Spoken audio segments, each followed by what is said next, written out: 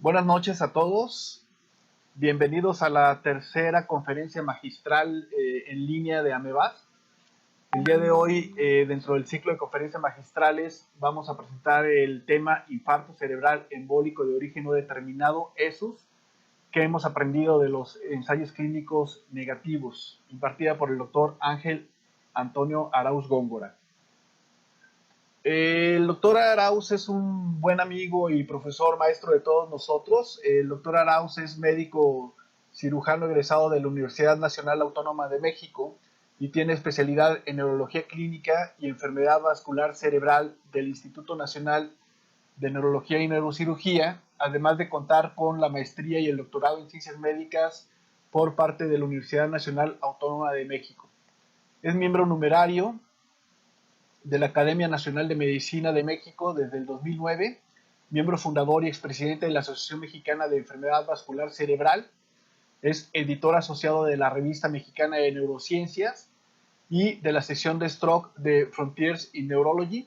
Además, también es vocal del Consejo Mexicano de Neurología, actualmente tesorero de la Academia Mexicana de Neurología y pertenece al Sistema Nacional de Investigadores, siendo investigador nacional nivel 3 desde el año 2006.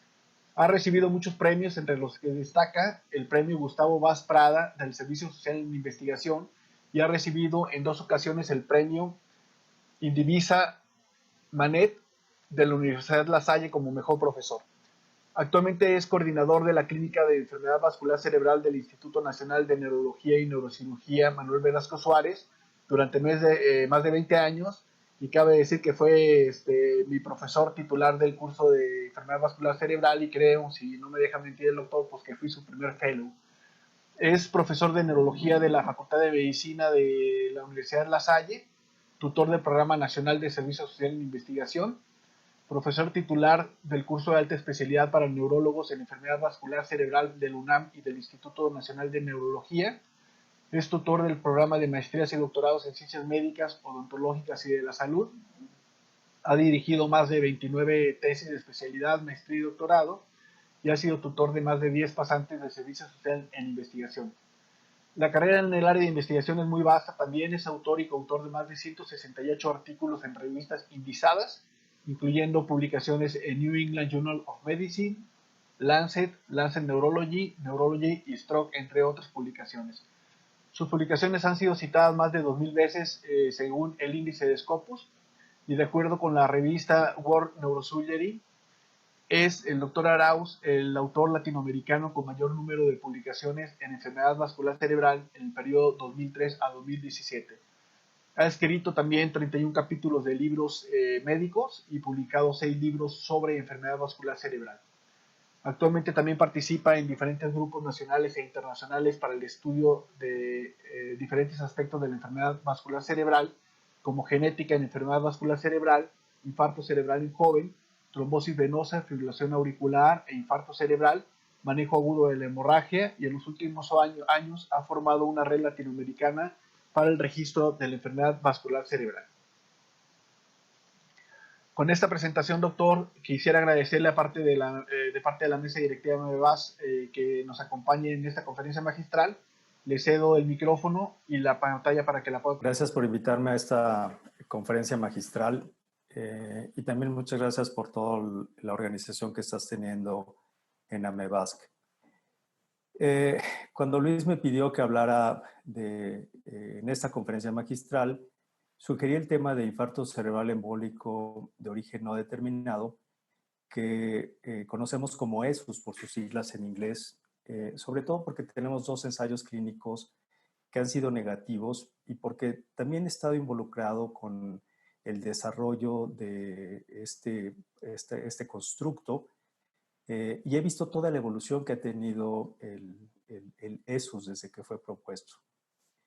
Después de estos ensayos clínicos negativos que hemos tenido, he oído comentarios de algunos colegas de que tenemos que regresar a la terminología previa de infarto cerebral criptogénico, que se debería de abandonar el término de ESUS, por ejemplo, pero quisiera poner en perspectiva todo lo que ha pasado con ESUS. Estos son mis conflictos de interés. Yo fui miembro del Steering Committee de del estudio Navigate de ESUS que patrocinó Bayer. Y también he tenido honorarios como profesor por Bayer, Boehringer Ingelheim y Pfizer, que son las tres compañías que producen anticoagulantes orales directos en relación con el tema con el que voy a hablar. Y esta es la agenda con la que vamos a desarrollar a través de los siguientes minutos. Primero, ¿qué es el infarto cerebral embólico de origen no determinado o ESUS? ¿Cuál es el origen de este constructo, de esta definición? ¿Cuáles son los hallazgos clínicos y el pronóstico que tienen los pacientes con un infarto cerebral ESUS? Los resultados de los dos estudios principales que han estudiado anticoagulantes orales directos en pacientes con ESUS. ¿Cuáles son los probables mecanismos de producción de un infarto cerebral ESUS? ¿Cuáles son las opciones de prevención secundaria que tenemos en este grupo de pacientes? Vamos a empezar por la definición y quisiera que recordáramos esta clasificación desde el punto de vista del mecanismo de producción que utilizamos para los infartos cerebrales y que es por todos conocida, que es la clasificación de TOAST. Y de acuerdo a esta clasificación tenemos cinco grandes subgrupos de grandes vasos, aproximadamente el 20% de todos los casos de infartos cerebrales. El infarto cerebral cardioembólico, que explica alrededor del 20%, infarto lacunar alrededor del 25%, y otras causas como disecciones, arteritis, etcétera, explican alrededor del 5% de los casos. Un 25% de pacientes se quedan como infarto cerebral criptogénico. Y esto de criptogénico quiere decir que no tenemos una causa que explique cuál es el mecanismo que produjo el infarto cerebral. Y esto, de acuerdo a esta definición, puede ser porque no hago una investigación completa en el paciente, entonces quedaría como un infarto criptogénico con estudio incompleto, o porque tengo múltiples causas, el paciente que tiene fibrilación auricular y que tiene además aterosclerosis de grandes vasos y en el que no puedo determinar cuál fue la causa principal que produjo el infarto cerebral. Y los que son verdaderamente criptogénicos, que son aquellos que tienen un infarto cerebral, hago un estudio completo y no logro determinar cuál es la causa del infarto cerebral. A estos infartos cerebrales son los que habitualmente veníamos tratando con antiagregantes plaquetarios. En una revisión que hicimos en el instituto hace varios años, en el 2011 específicamente, vimos qué pasaba con nuestros pacientes jóvenes, queríamos investigar en ese momento los pacientes jóvenes de hasta 45 años y que tenían un infarto cerebral en los que habían sido estudiados de forma completa, pero que no teníamos una causa, o sea, verdaderamente criptogénicos.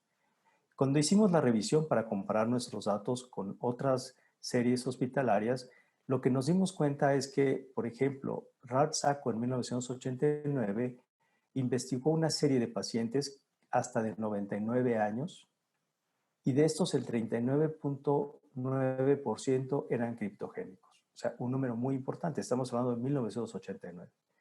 Desde luego, este criptogénico que tiene 80 o 99 años es diferente al que reportó Fernando en el 99, que incluían hasta 40 años de edad, por nosotros que incluimos hasta 45. Ven cómo uno de los aspectos importantes primero es el porcentaje de pacientes con infarto cerebral criptogénico en las diferentes series, que va desde el 11 hasta el 39%, y también vean la recurrencia que tienen estos enfermos. Estamos hablando de una publicación del 2011, pero ascendía hasta el 33%. O sea, es decir, estos pacientes tenían un alto riesgo de tener un nuevo infarto cerebral. Con el advenimiento de la resonancia magnética, lo que empezamos a ver fueron infartos con estas características, infartos corticales o infartos múltiples, como en este caso, que eran altamente sugestivos por imagen de que el mecanismo fuera embolígeno. Y nosotros teníamos el advenimiento de la resonancia magnética, que ha sido de gran apoyo para el diagnóstico de estos pacientes, pero en realidad todos estos fenómenos habían sido ya descritos desde 1953 por Miller-Fisher en esta serie de pacientes que estudió con fibrilación auricular e infarto cerebral embólico, en donde por autopsia se encontró que había varios émbolos en las cavidades izquierdas y que no eran obvios en los estudios que podían utilizarse o emplearse en aquella época. El mismo Miller Fisher describe en esta publicación que aun cuando en muchos de los casos parece muy evidente que el embolismo cerebral es causa de lo que estamos viendo, no se puede encontrar una fuente cardioembolígena que explique de dónde viene el coágulo. Entonces, tomando en consideración estos hallazgos, tomando en consideración que muchos de estos pacientes tienen infartos que sugieren un embolismo, Robert Hart tuvo la idea de hacer un grupo que inicialmente se denominó como el Grupo de Estudio Internacional para el Estudio del Infarto Criptogénico. Y la realidad era tratar de ver cuál era el mejor tratamiento de prevención secundaria que se podía emplear para estos pacientes. La terminología que se utilizó inicialmente para ESUS no era ESUS, no era un infarto cerebral embólico de origen no determinado, sino era infarto criptogénico de origen probablemente embólico. Y el primer manuscrito que se realizó por este grupo fue este que apareció en Lancet Neurology en el 2012 y que modificó el nombre de lo que se había inicialmente propuesto, y se modificó porque varios de los revisores, uno de los revisores específicamente hizo varios cambios, y entre los cambios estaba el modificar el nombre del constructo que se estaba proponiendo. Y él mismo fue el que propuso que se catalogaran como infartos cerebrales embólicos de origen no determinado. Se modificó como lo hizo el revisor, que desde luego no sabemos quién es, pero él fue el que realmente acuñó el término de esos, no sabemos quién es. Y este constructo fue muy bien asimilado entre los neurólogos, sobre todo entre los neurólogos que nos dedicamos a la enfermedad vascular cerebral, porque habría la oportunidad de dar un tratamiento a estos pacientes que hasta entonces recibían aspirina, aunque la siguen recibiendo, pero que tienen un riesgo elevado de tener un infarto cerebral recurrente. ¿Cómo se propuso el término de esos y cuáles eran los criterios?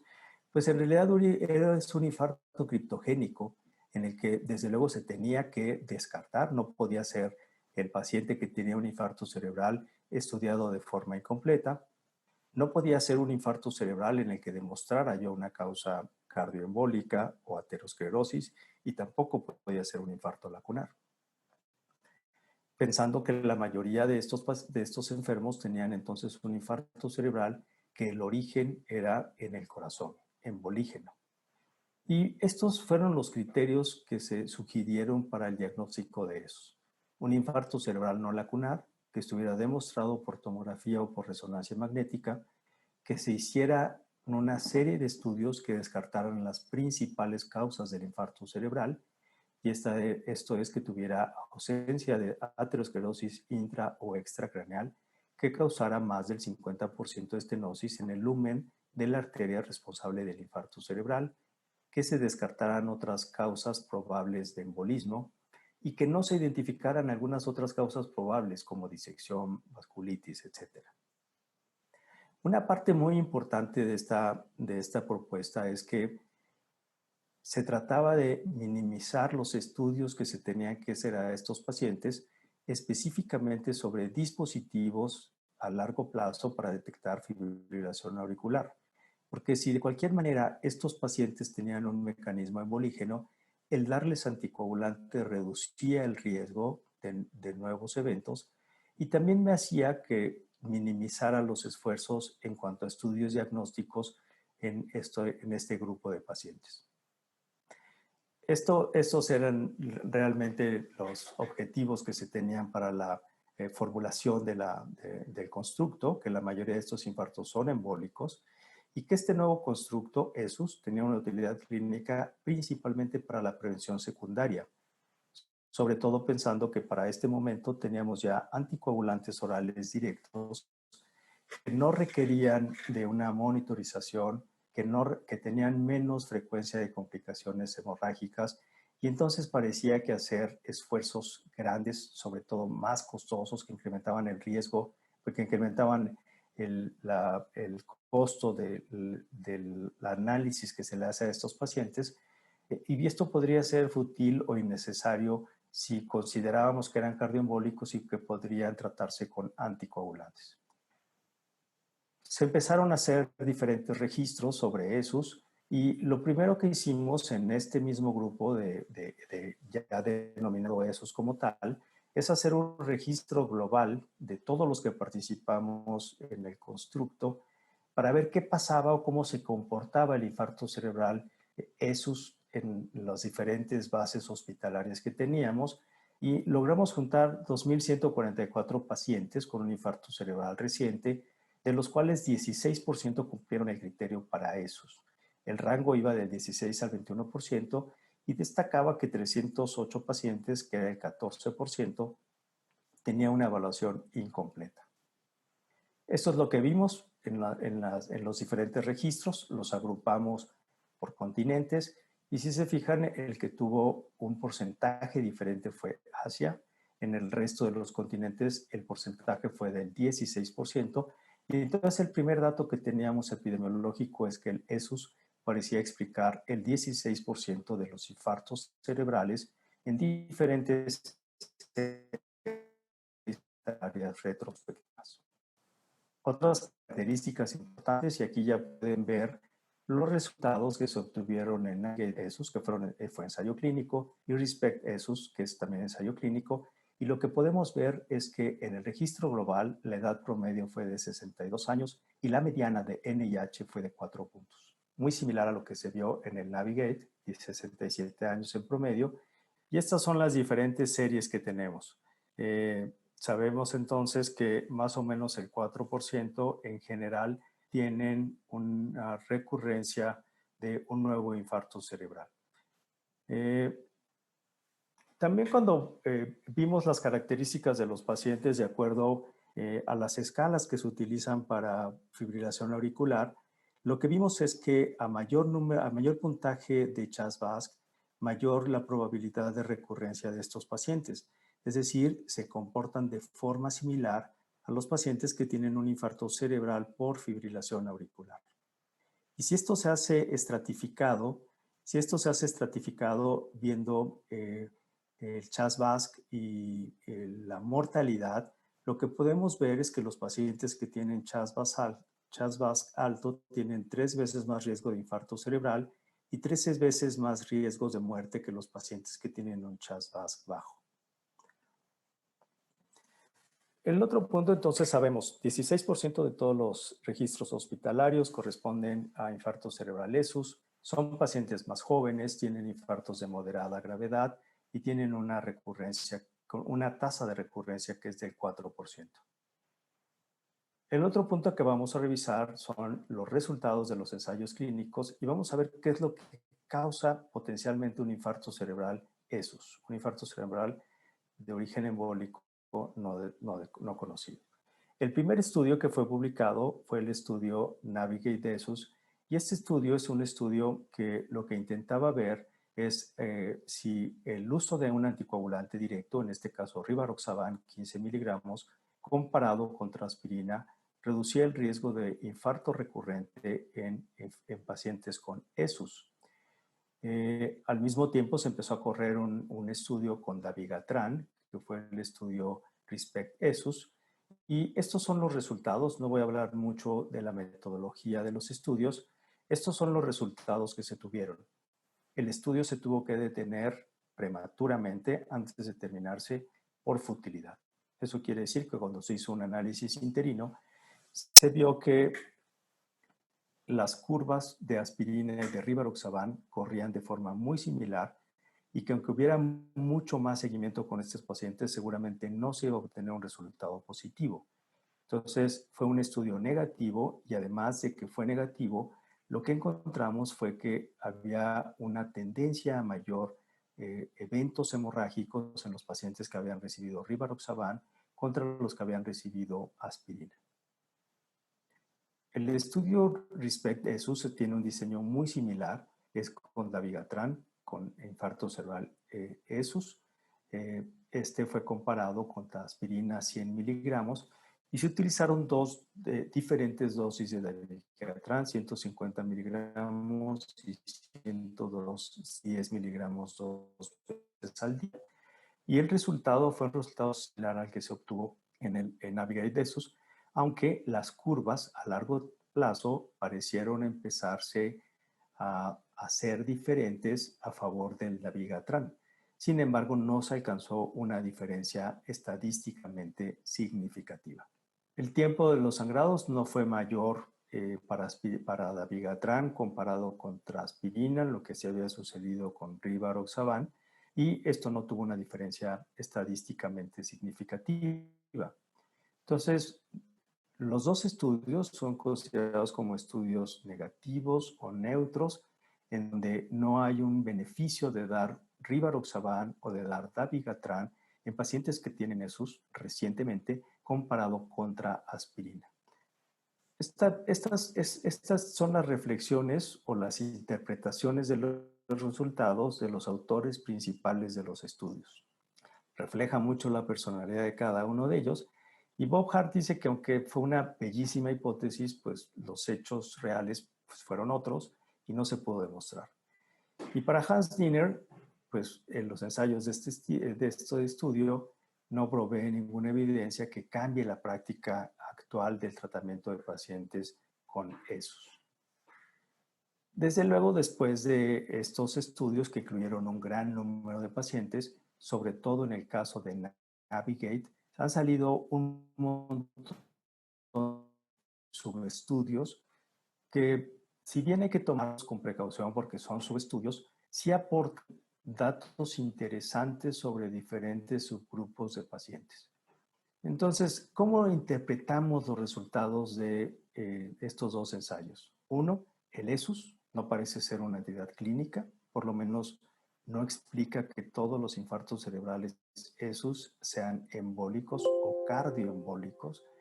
Y una buena revisión es esta que salió en JAMA el año pasado, en donde se vuelve a usar la clasificación de TOAST, pero se habla ya de infartos no determinados y vean las causas probables que podrían explicarlos. Y estas causas probables que pueden explicarlos podrían tener dos opciones de tratamiento. Una, que está a favor del uso de anticoagulantes, todas estas que ustedes ven aquí, y otras podrían estar a favor del uso de antiagregantes plaquetarios. En ambas condiciones parece requerirse de nuevos ensayos clínicos para evaluar aspectos específicos de infarto ESUS, por ejemplo, con cardiopatía atrial, con infarto al miocardio silente, con cáncer oculto, con foramen oval. Vamos a ver algunos de los aspectos o de las causas que pueden explicar un infarto cerebral ESUS. El primer punto es la fibrilación auricular paroxística, que sigue siendo un gran tema dentro del infarto cerebral ESUS y era prácticamente la concepción de la que se partía cuando se trataba de los infartos ESUS. Sabemos por estos diferentes estudios y algunos otros que mientras más se monitorice a un paciente en el ritmo cardíaco, mayor va a ser el número de pacientes que se van a detectar con fibrilación auricular y que van a requerir de anticoagulación.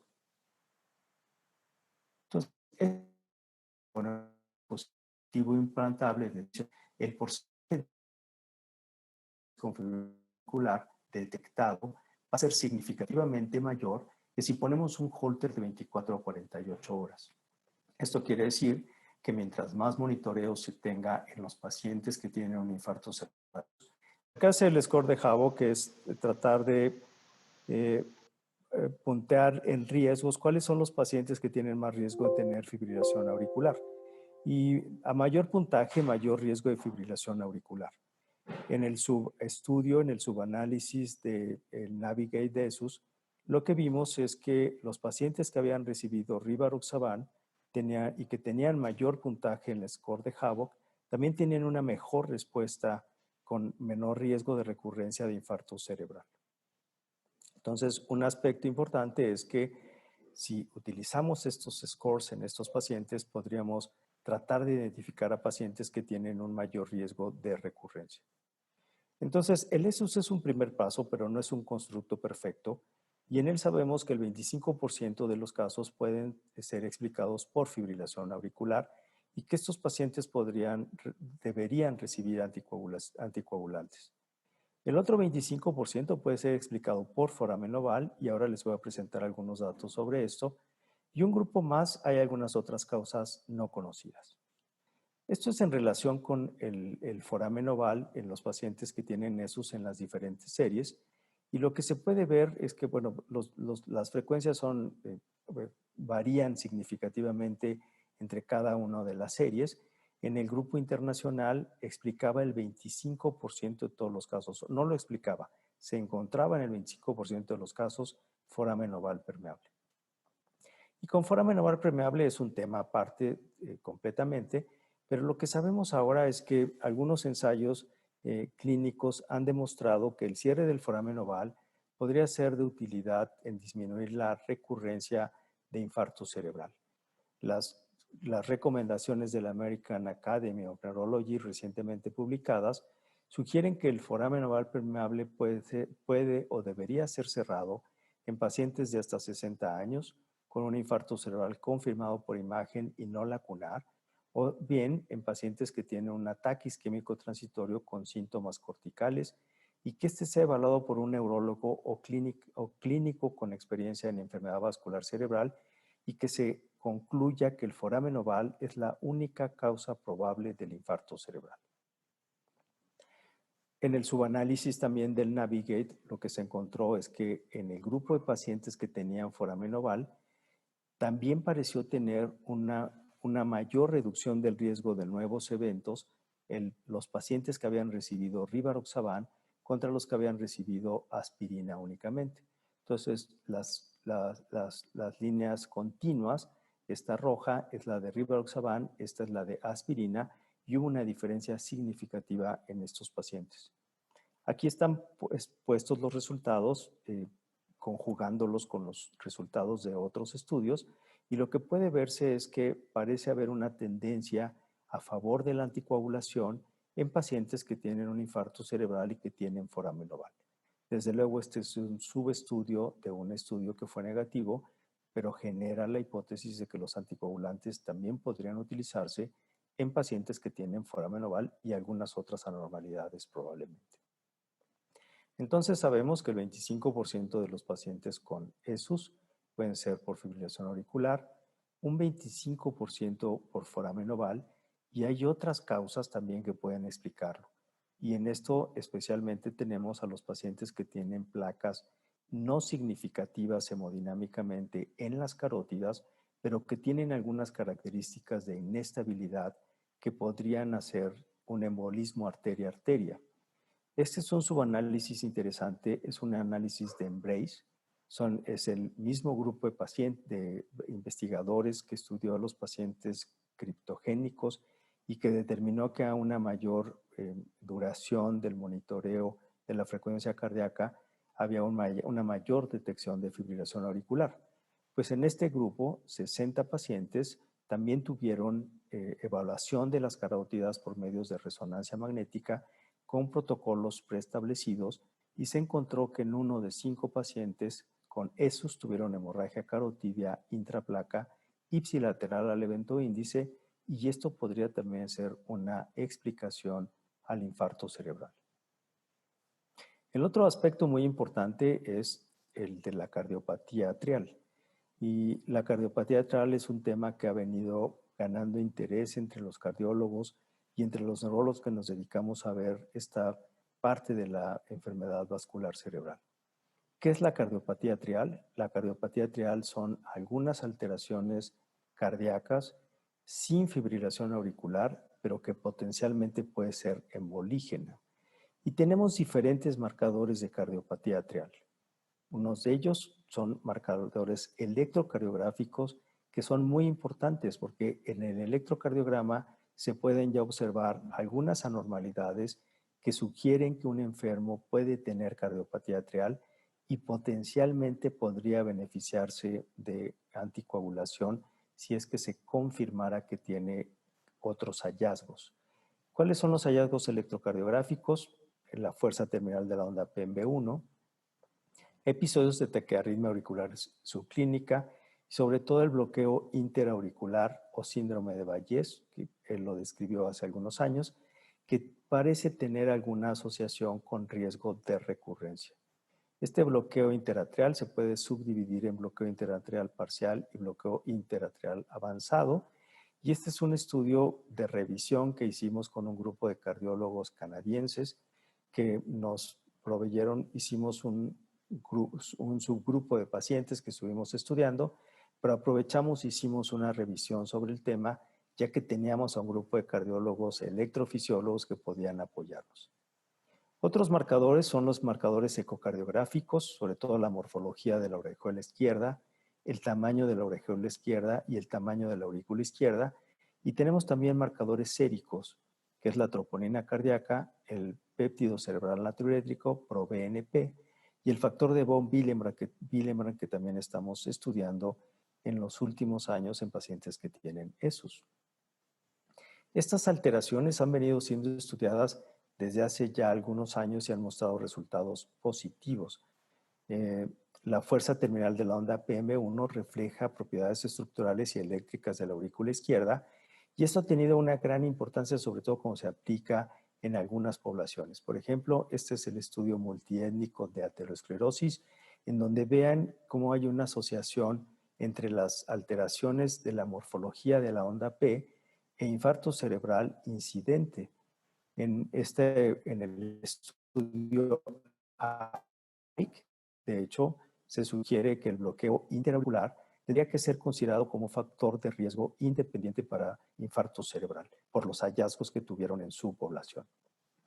En nuestra población, Karina Carrillo hizo esta tesis hace un par de años en el instituto con este grupo de cardiólogos electrofisiólogos canadienses, en el que en la cohorte de pacientes de esos que tenemos, lo seguimos durante 15 meses. Los cardiólogos evaluaron todos los electrocardiogramas iniciales que teníamos de estos pacientes, lo hicieron de forma cegada, y lo que encontramos es que un aumento en la duración de la onda P por milisegundo incrementó el riesgo de tener un evento recurrente con un hazard radio de 1, y la edad también fue un factor predictor de mayor recurrencia. Todos estos datos de cardiopatía atrial han tenido también un impacto sobre la probabilidad de que los anticoagulantes sean mejores que la aspirina en la reducción del riesgo de nuevos infartos en pacientes que tienen un infarto cerebral que sugiere altamente ser embolígeno. Y es por eso que hay 2 estudios en marcha que están estudiando apixaban, un anticoagulante directo, en pacientes que tienen ESUS, de acuerdo a los criterios ya definidos, pero que tienen también cardiopatía atrial. Y la definición de cardiopatía atrial, por lo menos en este ensayo clínico, es alteración de la onda PMB1, alteración del ProBNP y una alteración ecocardiográfica en el diámetro de la aurícula izquierda. Estos pacientes están aleatorizados, están aleatorizando a recibir apixaban 5 miligramos versus aspirina 81 miligramos, y es un estudio que todavía está en curso.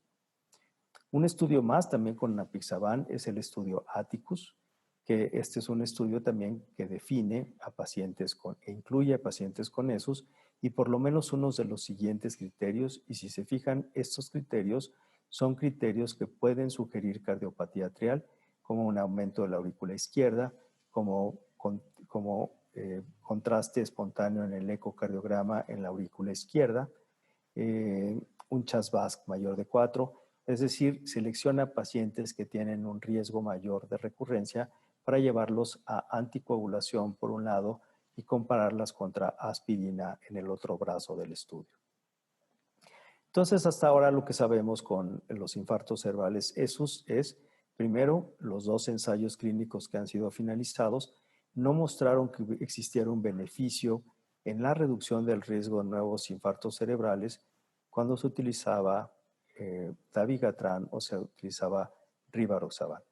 Sin embargo, podemos tener entonces mecanismos no atriales, y aquí tendríamos que tratar de investigar si estos pacientes tienen un foramen oval permeable, si tienen aterosclerosis en el arco aórtico o en las carótidas, en los que probablemente tendríamos que dar un antiagregante plaquetario para reducir el riesgo de infarto recurrente.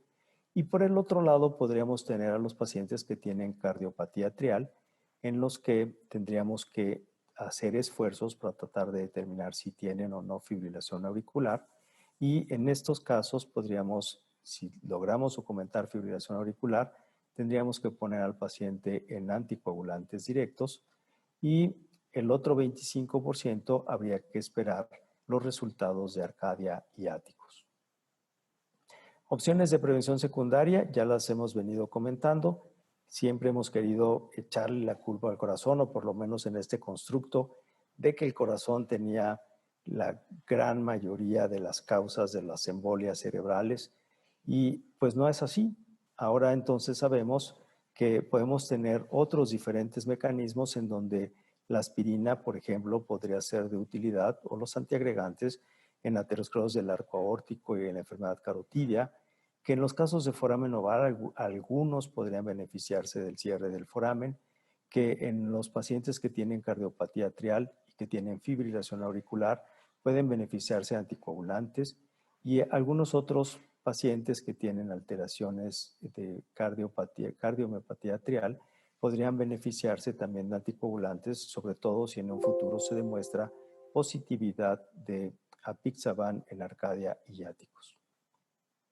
Y este es un estudio que recientemente fue publicado, el estudio COMPAS, en donde se incluía pacientes que tenían un riesgo elevado de tener eventos vasculares, no necesariamente cerebrales, también cardíacos. Y se incluían a pacientes que habían tenido un infarto agudo del miocardio, una enfermedad multivaso, enfermedad periférica, que habían tenido cirugía, claudicación intermitente, estenosis carotidia mayor del 50% asintomática, pacientes que habían tenido revascularización carotidia, y en estos pacientes se combinaba aspirina sola, rivaroxaban sola, o aspirina más rivaroxaban a una dosis pequeña de 2.5 miligramos. Y lo que puede verse en esta curva es que los pacientes que recibían la combinación de rivaroxaban más aspirina tuvieron un menor riesgo de recurrencia que los que recibieron aspirina sola. Esta es una muy buena editorial del doctor Hanke, en donde dice qué hay de nuevo con los antitrombóticos. Y con el tema del ESUS, lo que podríamos ver es que en la fase aguda, pues probablemente se tendrán que utilizar antiagregantes plaquetarios, aunque también está el campo abierto para evaluar si el ticagrelol, por ejemplo, que se está utilizando en otras condiciones, podría ser de utilidad junto con aspirina. Y hay nuevos ensayos también con un factor, con un medicamento que actúa a nivel del factor 11 de la coagulación. Y a largo plazo, la terapia antiplaquetaria, no sabemos si podríamos combinar en estos pacientes rivaroxaban 2.5 miligramos más aspirina 100 miligramos de acuerdo a los resultados del estudio COMPAS. Entonces, para concluir, yo quisiera replantear que el ESUS replantea el estudio del infarto criptogénico, que hasta hace varios años estaba prácticamente olvidado, aunque desde luego hay que recordar que el ESUS debe categorizarse. Hay dos posibles alternativas de prevención secundaria y podría agregarse una más si combinamos antiagregantes con anticoagulantes. La cardiopatía atrial es probablemente un grupo de anormalidades funcionales, bioquímicas y estructurales que incrementan el riesgo de embolismo cerebral o sistémico con o sin fibrilación auricular. Y no quisiera terminar la charla sin aprovechar para decir que en octubre del año 2000, en el marco de la Academia Mexicana de Neurología, nos reunimos un grupo de neurólogos por iniciativa de Fernando Barinaga y formamos lo que ahora es la Asociación Mexicana de Enfermedad Vascular Cerebral.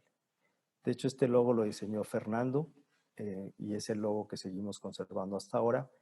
De tal manera que estamos cumpliendo 20 años como asociación, Y hay que celebrarlo, y hay que celebrarlo porque nuestra asociación sigue apegándose a los objetivos originales, a sus objetivos originales, que es la academia. Aunque no estaba de moda, desde hace 20 años hemos aplicado una sana distancia con objetivos comerciales y con otro tipo de objetivos que no sean puramente académicos. Y eso creo que en estas épocas tiene que celebrarse. Pues la primera reunión que se hizo en la Academia, en la Asociación Mexicana de Enfermedad Vascular Cerebral, fue iniciativa de quienes éramos la mesa directiva en aquella ocasión. Fernando fue el primer presidente, Carlos era el secretario y yo el tesorero, tuve el privilegio de ser el tesorero. Y en abril del 2011 organizamos esta que fue realmente la primera reunión de nuestra asociación y que tenía la finalidad de hacer un consenso. En realidad fueron las primeras guías que se publicaron, salieron publicadas unos meses después en la revista de Investigación Clínica.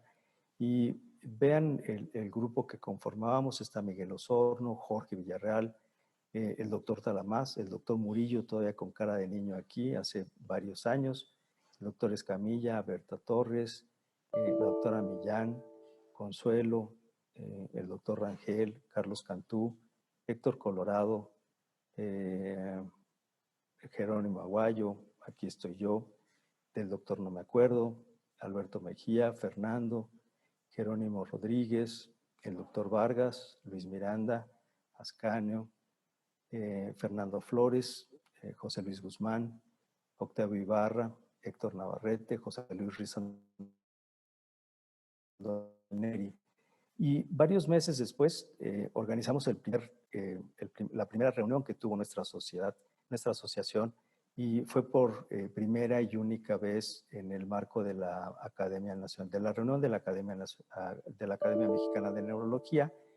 Y en aquella ocasión el hotel sede fue Juriquilla, y tuvimos grandes invitados del doctor, siempre se me va el nombre, no me acuerdo quién es, pero estuvo el doctor Carlos Case, estuvo James Mesquia, que hace estudios genéticos en la enfermedad vascular cerebral, el doctor Tom Brodt, el doctor Luke Kaplan, y algunos otros invitados que trajo el doctor Escobedo, que en paz descanse, y que nos acompañó a esa reunión.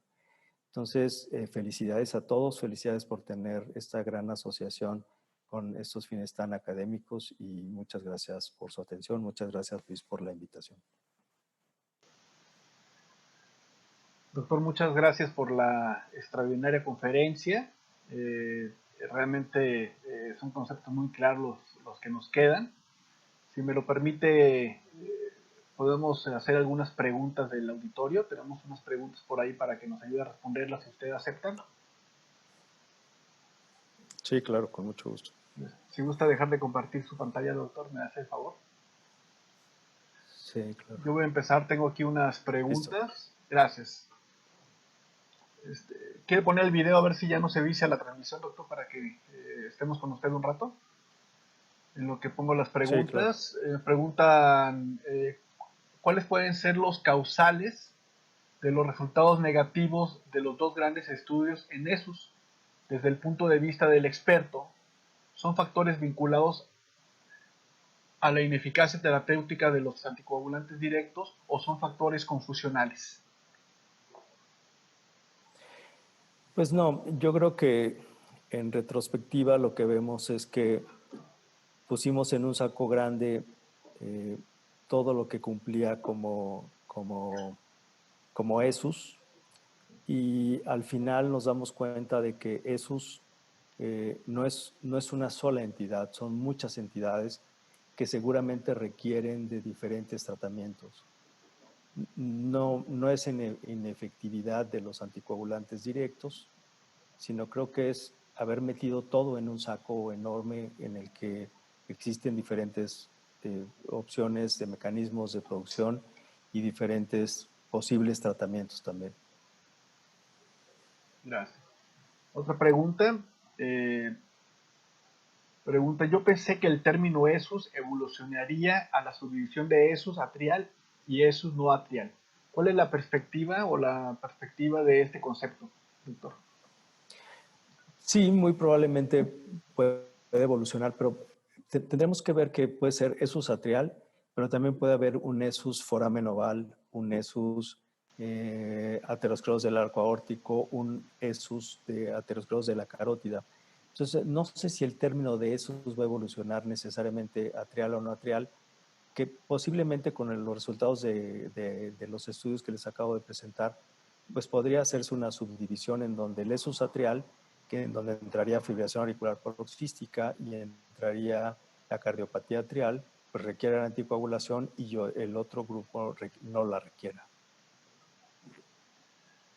Muy bien, nos preguntan, fuera del contexto de la futilidad y el contexto de seguridad, hemorragia, en esos Navigate, ¿se podría considerar que la dosis de 15 miligramos pudo ser insuficiente en los casos que realmente podrían tener una causa embólica cardíaca en lugar de los 20 miligramos?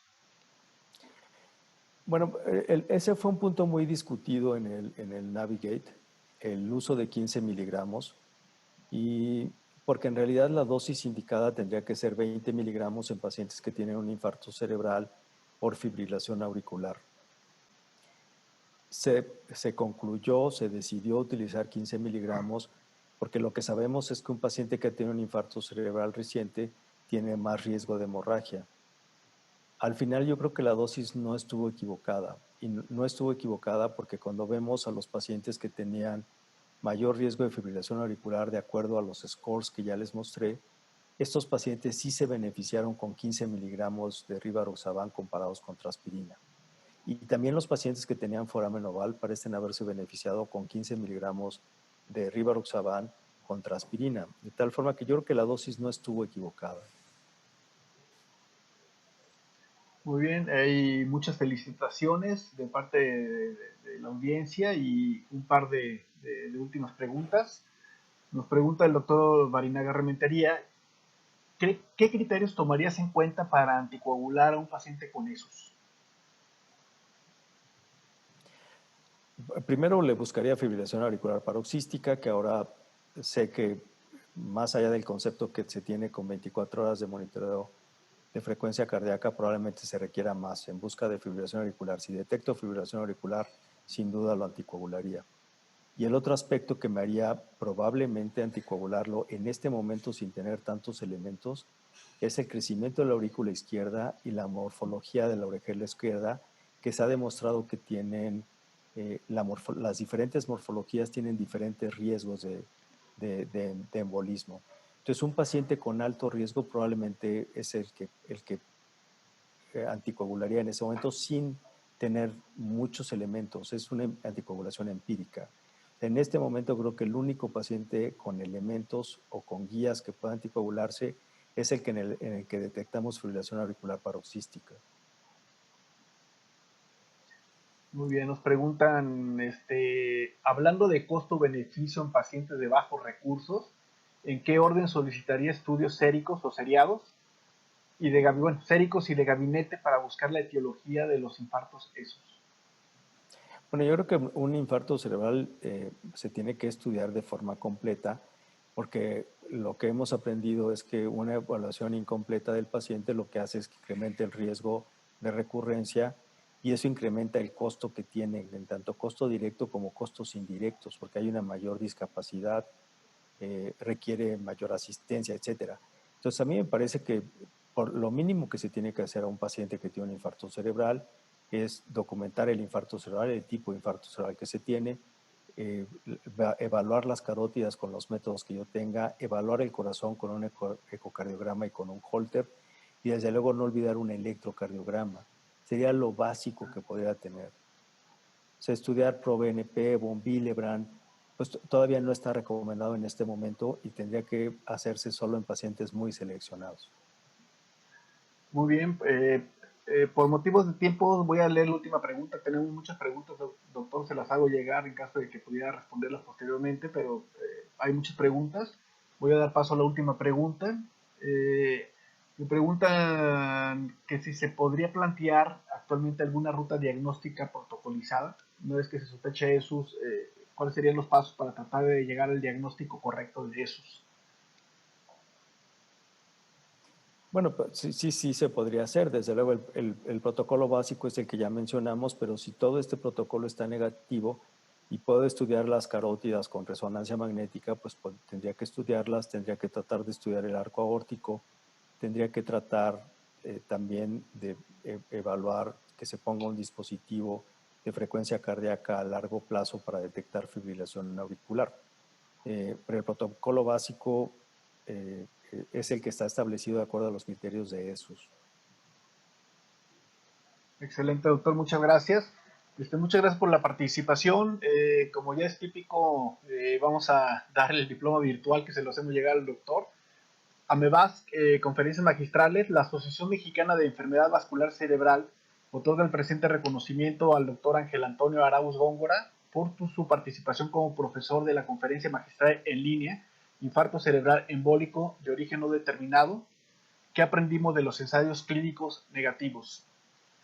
Doctor, a nombre de AMEVAS, la mesa directiva y a título personal, quiero darle las gracias por su gran participación y creo que aprovecho el momento para agradecer la dedicación a la parte académica toda su vida y a la formación de todos los fellows de vascular, en especial en mi formación. Le estoy muy agradecido y siempre aprendemos mucho de su experiencia y de su conocimiento. Espero que se pudiera repetir en algún tiempo otra conferencia magistral con usted una vez que terminemos el primer ciclo. Muchísimas gracias, doctor. ¿Algún último comentario para todos? No, Luis, muchas gracias. Gracias por la invitación y a todos les deseo que estén bien en sus casas y pues muchas gracias por estar en la ponencia.